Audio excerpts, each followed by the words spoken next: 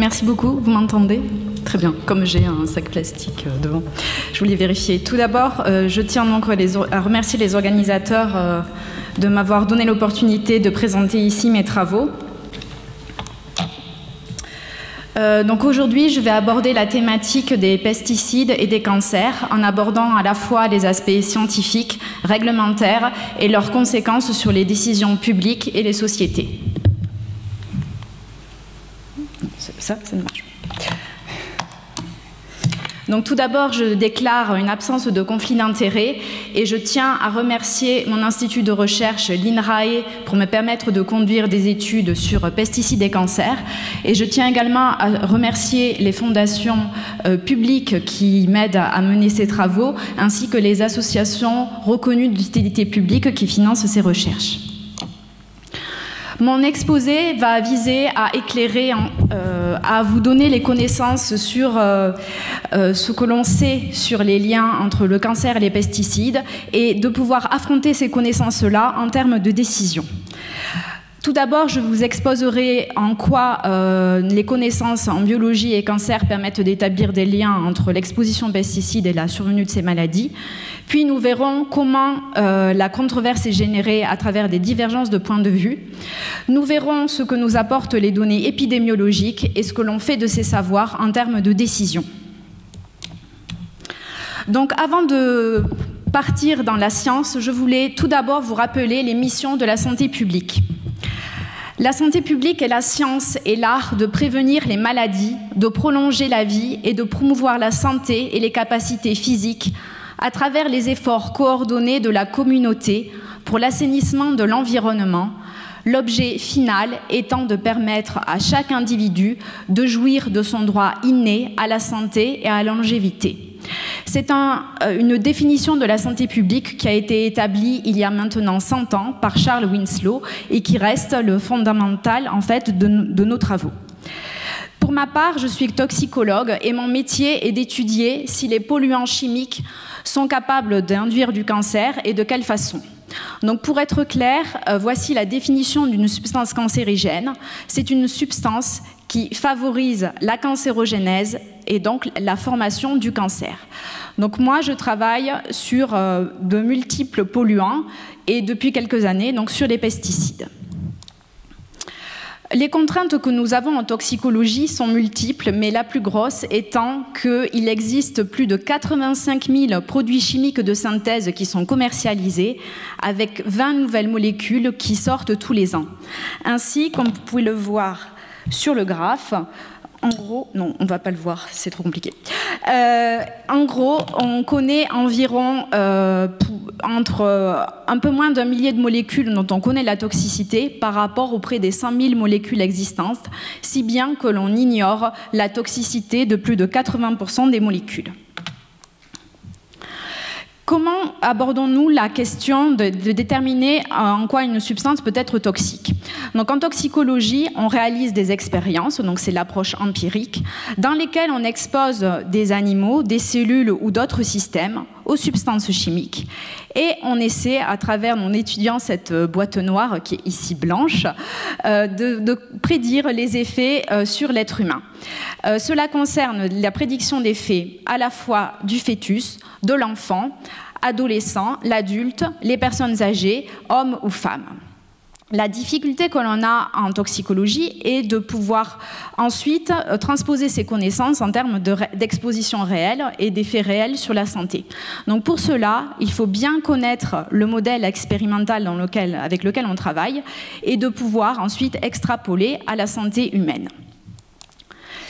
Les liens établis entre le cancer et l'exposition aux substances chimiques ont pour la première fois été décrits dans les travaux de Rachel Carson à travers son ouvrage Silent Spring, qui décrit les effets des pesticides sur la biodiversité et la santé. C'est le premier travail qui décrit en particulier les liens potentiels avec le cancer.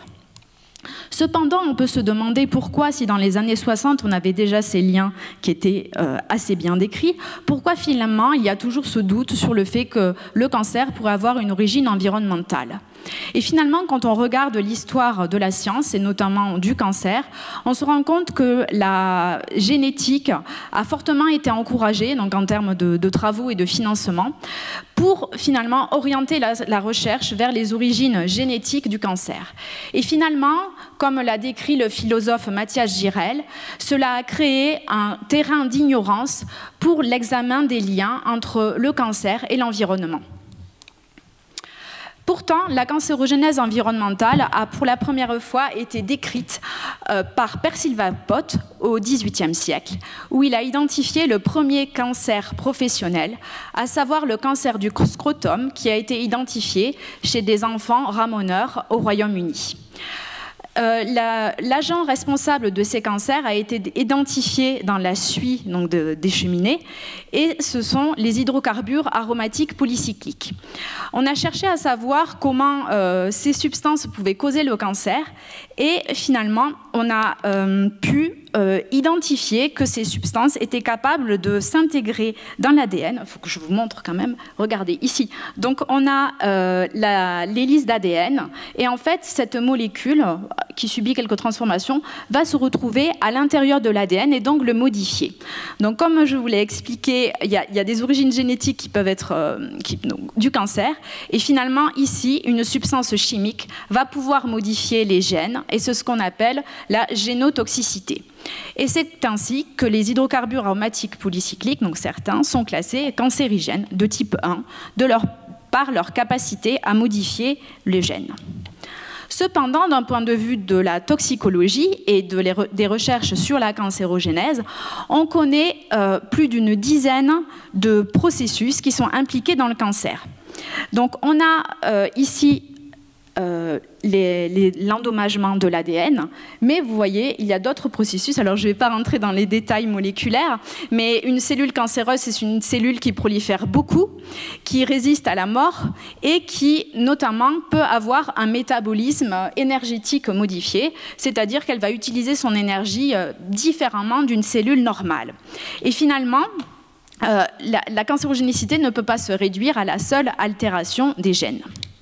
Et pourtant, quand on regarde les nouvelles substances autorisées, notamment les pesticides, donc les inhibiteurs de la succinate déshydrogénase dont Charles Sultan vous a déjà parlé, ces molécules sont synthétisées par essence pour modifier le métabolisme énergétique. Et pourtant, elles sont autorisées, et finalement, le côté modification du métabolisme énergétique comme pouvant entraîner la cancérogénèse n'est pas prise en considération par les agences d'évaluation, donc les agences réglementaires. Donc c'est justement pour moi l'interrogation et la visualisation du fossé qu'il existe entre la biologie du cancer et la toxicologie fondamentale telle qu'elle est pratiquée dans les laboratoires académiques, et ensuite la prise en compte de ces données au niveau réglementaire qui pose en fait des soucis, et finalement c'est là où mon exposé va se dérouler, c'est-à-dire on voit que la définition du cancérigène devient bien différente à partir du moment où elle sort de la sphère scientifique et où elle entre dans des communautés où il y a des enjeux financiers qui viennent la malmener. Donc, je vais maintenant aborder les points de divergence concernant la définition d'un pesticide cancérigène à travers les différentes communautés qui conduisent les expertises.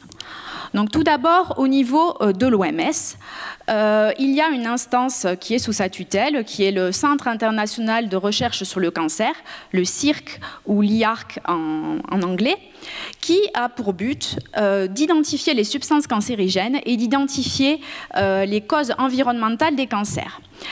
Son travail à cette agence est d'évaluer le caractère cancérigène à travers la littérature scientifique. C'est-à-dire qu'elle prend comme document les publications scientifiques issues de la recherche fondamentale et qui ont été reviewées par les pairs, c'est-à-dire qu'il y a des experts qui analysent les données et qui ont toutes les données pour refaire des analyses statistiques dessus et examiner comment les conclusions ont été tirées. Donc c'est une analyse qui est relativement relativement transparente et qui permet en tout cas au cirque de classer les produits cancérigènes en fonction du niveau de preuve. Donc cela signifie qu'en fonction de l'état des connaissances, on peut statuer sur le classement de ces substances. Donc par exemple, le groupe 1, c'est le groupe cancérigène pour l'humain, dans lequel fait partie la dioxine. Le groupe 2A, probablement cancérigène pour l'humain, où a été classé donc, le DDT et le glyphosate.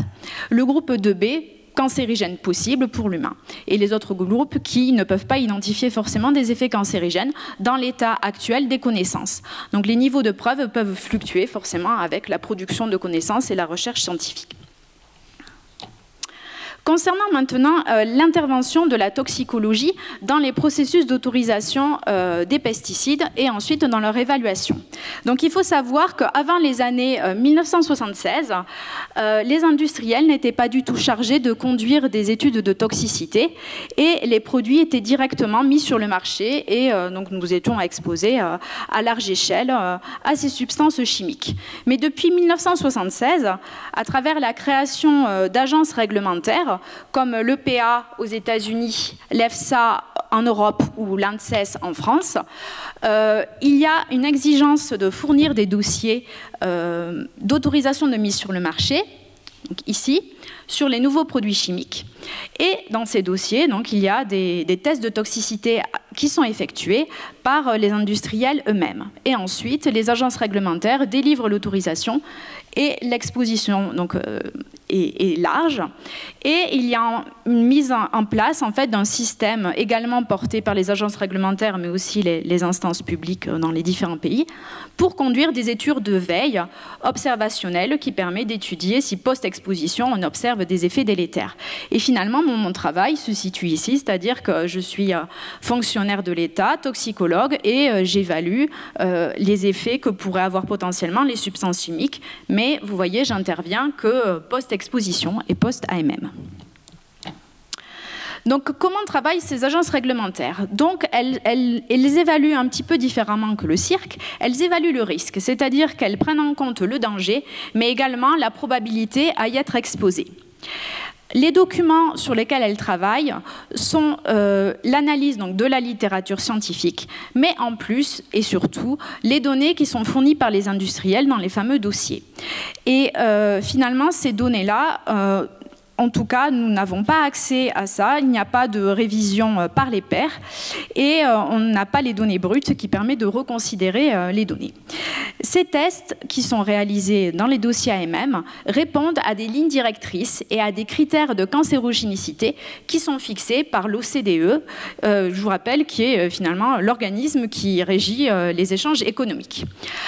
Donc, sur ces lignes directrices, il va y avoir le classement cancérigène, mutagène, réprotoxique, qui est donc la classification CMR, et qui, en fait, une fois qu'un produit est classé CMR, il ne peut pas être autorisé d'être mis sur le marché, ou il va être interdit, ou retiré du marché, ou abandonné, donc selon l'état des pesticides. En tout cas, c'est une classification qui répond à des normes, qui sont ces lignes directrices, et l'une des normes les plus fortes est la génotoxicité. Donc parmi ces normes, il n'y a pas tous les critères dont je vous ai évoqué tout à l'heure sur la cancérogénicité. Concernant les autres paramètres qui ne sont pas pris en compte, il faut savoir que les pesticides sont évalués en tant que substances actives individuellement. Donc on ne prend pas en compte la présence d'adjuvants dans les formulations terminales des produits.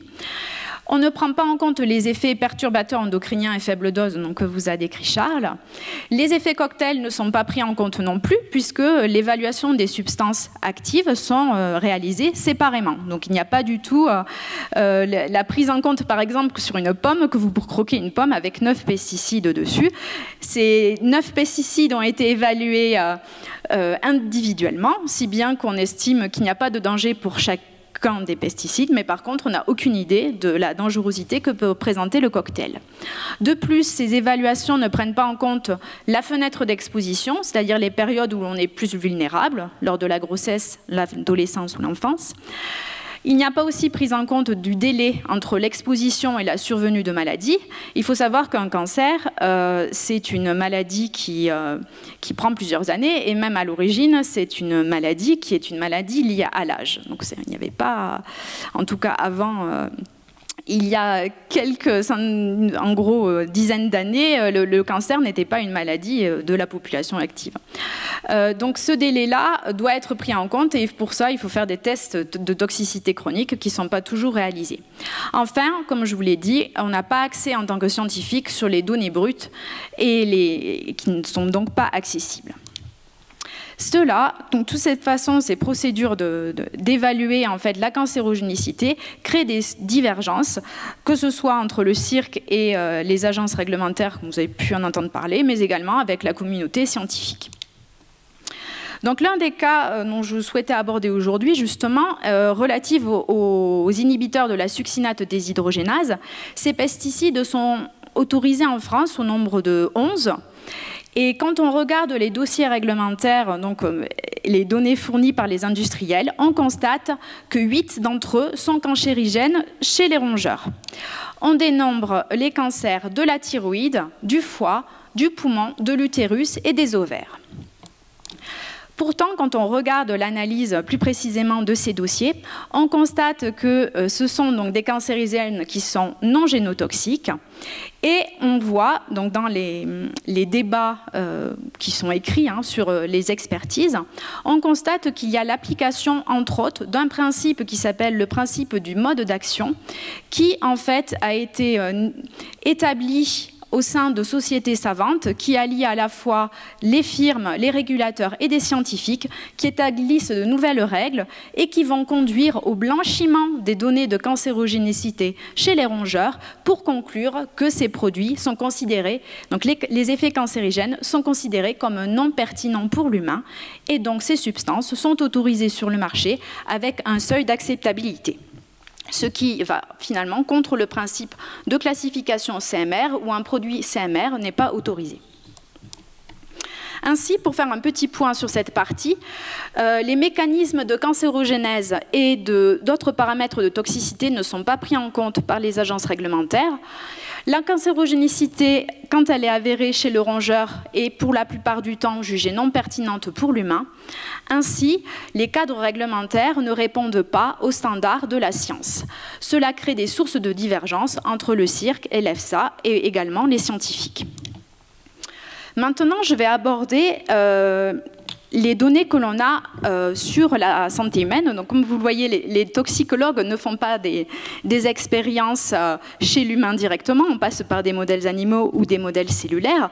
Par contre, puisque les pesticides sont autorisés depuis 70 ans, nous avons maintenant des données observationnelles chez vous et moi qui sommes exposés aux pesticides tous les jours. Donc, c'est des travaux qui sont conduits donc, par la discipline qui s'appelle l'épidémiologie et qui est la discipline qui étudie la distribution et les déterminants d'une maladie dans les populations humaines. Et le but de l'épidémiologie est de pouvoir justement prévenir certaines maladies. Donc, comment procède-t-on? En fait, on prend des populations, par exemple en milieu professionnel, en milieu agricole ou la population générale, et l'on observe chez ces personnes si des maladies surviennent, et on essaie d'établir des corrélations entre la survenue de ces maladies et des expositions qui ont pu être subies antérieurement, des événements de vie, qui pourraient être à l'origine de la cause donc, de ces maladies. Donc c'est une approche probabiliste qui complète tout à fait les approches toxicologiques, mais comme vous le voyez, les personnes qui sont exposées, on n'est plus dans la prévention, on est juste dans le constat. Donc, que dit l'épidémiologie? Donc, pour l'instant, je vais vous donner un ensemble de références donc, qui sont publiées dans la littérature scientifique et qui font également partie de l'expertise collective INSERM qui a été menée en 2013 et qui a été mise à jour donc, cette année et dont la publication devrait sortir en 2011. Donc, tout d'abord, concernant les milieux professionnels agricoles. Je parle là d'une exposition professionnelle qui signifie des expositions intenses, des multiples expositions, donc à plein de pesticides, et de longue durée. Ainsi, dans les cohortes AgriCan, qui est une cohorte menée en France, ou l'Agricultural Health Study aux États-Unis, nous pouvons noter une augmentation des cancers, des risques de cancer au niveau du cerveau, de la prostate, des leucémies, lymphomes, myélomes, mélanomes, mais aussi cancer du côlon, de la vessie, des ovaires et du sein. Il faut savoir que les cancers liés au sang sont actuellement reconnus comme maladies professionnelles en milieu agricole. De plus, concernant la population générale, il y a des liens forts avec la proximité résidentielle, c'est-à-dire les personnes qui habitent à proximité des exploitations agricoles ont une augmentation du risque de cancer concernant les méningiomes et le cancer du sein. Comme vous l'a présenté Charles Sultan tout à l'heure, dans une cohorte Nutrinet en France, les personnes mangeant une alimentation bio ont une baisse d'incidence de certains cancers. De plus, quand on se focalise maintenant sur les cancers pédiatriques, donc les maladies infantiles, il y a une augmentation des risques des leucémies aiguës qui sont dues aux expositions professionnelles des parents, mais aussi aux expositions domestiques, donc l'usage domestique de pesticides, soit pour traiter le petit chat, soit pour tuer les insectes dérangeants. Il y a aussi une exposition résidentielle, donc à proximité des exploitations agricoles. Concernant l'exposition professionnelle, je tiens à noter que pour l'exposition professionnelle du père, les conséquences sont donc sur le cancer des enfants dues à une exposition pendant la période préconceptuelle, c'est-à-dire 1 à 3 mois avant la grossesse. Il y a également chez les enfants une augmentation des tumeurs du système nerveux central due à une exposition professionnelle des parents, une exposition domestique et une exposition résidentielle. De nouveaux cancers statistiquement commencent à ressortir, comme les lymphomes et certaines tumeurs embryonnaires. Enfin, j'ai noté tout en bas les cancers qui ont été identifiés dans des cohortes plus restreintes en Suisse, chez les enfants, à savoir les cancers des tissus mous, osseux et des sarcomes non osseux. Maintenant, je vais aborder la question des savoirs que je viens de vous présenter et les conséquences que ça a en termes de décision publique. Concernant la pratique de la science, nous sommes actuellement confrontés, même moi en tant que scientifique, à une sorte de truanderie de la science, à savoir que la littérature scientifique se trouve contaminée par des études qui sont financées par des intérêts privés et qui finalement créent du doute et de la controverse par rapport aux connaissances que l'on peut avoir. De plus, comme je vous l'ai exposé, il y a une forte emprise des agences réglementaires par les lobbies qui fait que les lignes directrices ne sont plus conduites par les scientifiques eux-mêmes, mais sont modulées par les influences diverses qui peuvent s'exercer sur les agences réglementaires. Comme vous avez dû en entendre parler également, il y a des conflits d'intérêts qui sont dénotés dans ces affaires pesticides et cancers. En particulier, moi, ce qui me touche, c'est que la littérature scientifique et en tout cas présente un grand nombre d'études dont les conclusions sont directement corrélées à la présence ou non de conflits d'intérêts. Ce qui en fait est très troublant et qui ne permet pas en tout cas de travailler sur des bases scientifiques sereines quand on est dans ma discipline. Et c'est un cas très particulier, c'est-à-dire mes collègues qui travaillent sur la toxicité des molécules qui n'ont pas du tout d'enjeux économiques si forts ne sont pas en tout cas exposés à ce genre de création du doute. Il y a également une capture de la science, dans le sens où de nombreux scientifiques commencent à modifier leurs pratiques et à édulcorer leurs conclusions en fonction de l'influence qu'ils peuvent subir. Et enfin, concernant justement cette production de savoir que je dirais inconfortable, on voit qu'il y a mise en place d'une organisation qui vise à ne pas voir ou à ne pas voir le danger au lieu de le traiter et de le prévenir. Donc tout cela, c'est assez bien décrit à la fois par des sociologues des sciences, par des politologues qui analysent en fait la pratique de la science, et cette science-là en fait est polluée. Et ce phénomène-là n'est pas nouveau puisque ça a déjà été très bien décrit lors de la mise en évidence du tabagisme et de ses conséquences sur le cancer du poumon. Ainsi, quand on prend plutôt en compte l'histoire des sciences, on se rend compte que pour les affaires pollution et cancer, les histoires se répètent, les leçons sont très peu tirées et la mémoire semble courte. Il y a eu de très graves scandales donc, par rapport au tabac, par rapport à l'amiante également, et je vous invite à lire ces deux ouvrages qui pourront vous éclairer sur tout ce processus en fait de production scientifique des évidences, génération de la controverse et finalement qui retarde la survenue de la décision publique. Donc ce sont les ouvrages Gouverner un monde toxique par Nathalie Jass et Soraya Boudia ou La science asservie par Annie Thébault-Moni. Cependant, il y a aussi des fois finalement des situations contradictoires dans le sens où on va avoir cette production de doute en disant nous ne sommes pas sûrs que le cancer est causé par l'exposition aux pesticides, mais par contre quand il y a des personnes réellement atteintes et qui ont recours à la justice pour faire reconnaître ce cancer, et bien justement la justice reconnaît la responsabilité des vendeurs de pesticides dans la survenue de certains cancers, comme ça a été le cas pour certains agriculteurs ou certains jardiniers qui présentaient des cancers d'un lymphome non-Hodgkinien suite à une exposition au Roundup. Et si l'on analyse, c'est un document très intéressant, vous analysez les arguments qui sont avancés lors de ces procès et on se rend compte que la justice tranche à partir d'experts qui avancent uniquement des arguments scientifiques. Donc il y arrive en tout cas de trouver des communautés qui reconnaissent ces liens entre cancer et pesticides. Je voulais également rajouter que l'activité humaine crée des environnements et des milieux qui sont souillés et qui affectent forcément la faune sauvage. Ainsi, d'une part, nous introduisons donc ces poisons dans la chaîne alimentaire et d'autre part, la faune est également affectée par la cancérogénicité de ces produits, si bien qu'on n'observe pas cette crise du cancer seulement au niveau de l'être humain, mais à l'ensemble des êtres vivants, comme les grands mammifères, donc les lions des mers ou certains poissons ou les belugas. Donc vous voyez, c'est des données finalement, le cancer ne concerne pas que la santé humaine, mais nous faisons bien partie d'un milieu qui est contaminé et que nous partageons avec tous les êtres vivants. De plus, de façon assez surprenante, et on m'aurait dit ça il y a longtemps, je n'aurais pas cru, mais la définition d'un pesticide cancérigène est également soumise à une relation productiviste.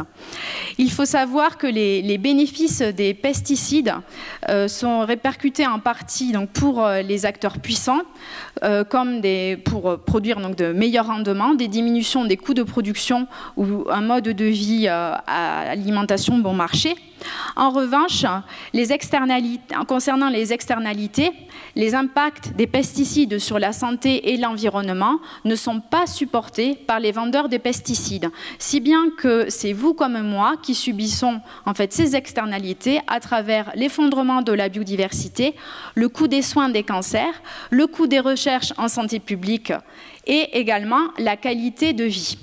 Ainsi, la gestion d'un risque de cancer revient à tolérer qu'on expose donc des personnes et que l'on tolère un risque, si bien que des personnes seront plus vulnérables au cancer et vont donc le subir. Et concernant justement cette vulnérabilité au cancer chimique, nous ne sommes pas tous et tous égaux. En particulier, les travailleurs qui manipulent les pesticides ou qui y sont facilement exposés, mais également les populations défavorisées sont plus susceptibles aux cancers liés aux pesticides. Et je rappelle donc que les cancers professionnels sont tous des cancers évitables. Les populations défavorisées cumulent des mauvaises conditions de vie et de travail. Ainsi, le cancer et le cancer chimique lié aux pesticides entretient les inégalités sociales, les inégalités de santé et au final les inégalités de vie. Ainsi, comme je vous le rappelais au tout début de ma présentation, nous voyons que la gestion de la santé publique à travers l'exposition aux pesticides ne répond pas aux missions de santé publique telles qu'elles ont été fixées il y a plus d'un siècle. De plus, autant les scientifiques que les politiques sont pris au piège de la preuve. Avec la multiplicité des causes du cancer, la production de controverses et l'exigence toujours absolue d'avoir une preuve affirmée des liens entre pesticides et cancer, tout en ayant uniquement des facteurs de confusion avec des corrélations pas suffisamment solides, conduit toujours à devoir mener de plus en plus de recherches et finalement nous met dans un système d'un cercle vicieux qui conduit à ne jamais tirer de conclusion et à ne jamais prendre de décision. Et finalement, nous sommes prisonniers de cela et au niveau des connaissances scientifiques, je ne suis pas sûre que dans 10-15 ans, nous ayons plus de certitudes. Nous aurons avancé, mais nous aurons toujours des certitudes. Ainsi, au niveau du scientifique, je suis sensibilisée au fait qu'il faut affirmer et être le principe d'humilité, c'est-à-dire d'admettre que nous aurons toujours des incertitudes sur certains sujets et d'inviter donc les politiques à mettre mieux en place le principe de précaution. Je tiens maintenant à remercier mes collaborateurs et mon équipe de recherche COMIX, qui s'appelle COMIX parce qu'ils ont énormément d'énergie et de dynamisme et de détermination pour mener à bien leur mission de service public en toxicologie. Et il s'appelle également COMIX parce qu'on a besoin d'un très grand sens de l'humour pour mener des études sur des sujets aussi graves. Je tiens également aussi à remercier mes collaborateurs de sciences humaines et sociales et les biologistes qui sont impliqués dans le réseau Olimitox, qui est un réseau que je coordonne et qui vise à aborder la question des pesticides dans la pluridisciplinarité. Et je tiens aussi à remercier mes collègues d'Atelier d'écologie politique de Toulouse, avec qui nous réfléchissons sur les impacts de la santé par rapport au réchauffement climatique, en gros les grands enjeux des grands enjeux globaux comme le réchauffement climatique, la dégradation des milieux et les inégalités sociales. Enfin, je vais terminer en justement rappelant que si nous voulons aller vers un système de santé publique efficace, cohérent et responsable, cela engage à chacun de nous nos responsabilités. Tout d'abord, nos responsabilités en tant que scientifiques, d'assumer nos découvertes et de savoir ce que l'on sait, ce que l'on ne sait pas et ce que l'on ne saura jamais. Les responsabilités des agences réglementaires qui doivent revoir leur cadre afin de pouvoir mieux suivre les standards de la recherche scientifique en ayant uniquement en vision la santé environnementale dépourvue de tous ces enjeux financiers qu'il y a derrière. Nous avons besoin de la responsabilité des politiques pour aider justement ces agences qui sont au service de la santé publique à mieux faire évoluer leur cadre réglementaire et effectivement, maintenant, la responsabilité à vous tous en tant que citoyens et citoyennes, maintenant que vous êtes informés et que vous avez connaissance de ce qu'est un cancérigène et de comment cette définition est malmenée, ce que vous voulez réellement d'un point de vue démocratique au niveau de l'agriculture, de l'alimentation et de la préservation des écosystèmes. Je vous remercie.